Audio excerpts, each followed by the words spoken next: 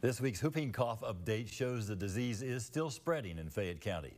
The Lexington-Fayette County Health Department is reporting 4 new pertussis cases this week, bringing the total to 47 since April 26th when the outbreak started.